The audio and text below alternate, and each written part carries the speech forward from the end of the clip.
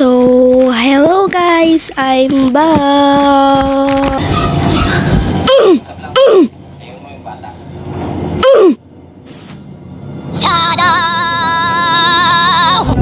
So, for today guys, ay maglalaro tayo ng Easy Obby, but kada stage may dapat hindi tayo color na hindi dapat natin i-touch or tapakan. Paano ko malalaman ang color na yan? By using spin the wheel. Gagamitin natin yon para malaman natin kung anong color ang hindi natin dapat i-touch kada stage.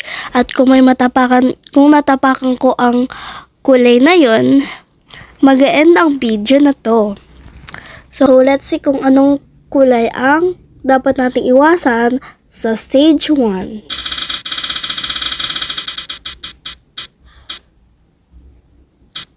Purple, favorite color ko pa talaga. Let's go. Let's try it. Oops. Oops. Oops. Stage 2 na. Let's see. Red. Okay. Oh, unang bumungad. Unang bumungad. Ay, nahulog. Easy Obby na lang, nahuhulog pa talaga. Okay lang yun, at least hindi nahuhulog sa maling tao, diba? Oh shit, mic wraps. Yeah, so stage 3 na. Let's see.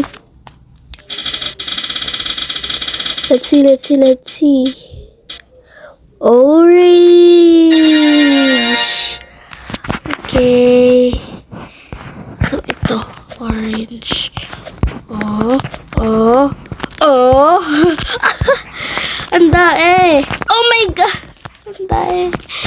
Ang dae. Oh my God. Pag ito talaga natapakan ko, apaka-early mag-end ng video. So, yan. Stage 2 na. Ay, stage 4. Okay.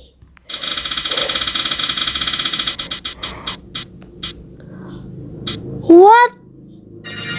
May nakita kong blue. So, di ko na ma-avoid guys. So, bye-bye. Ang agang nag-end ng video.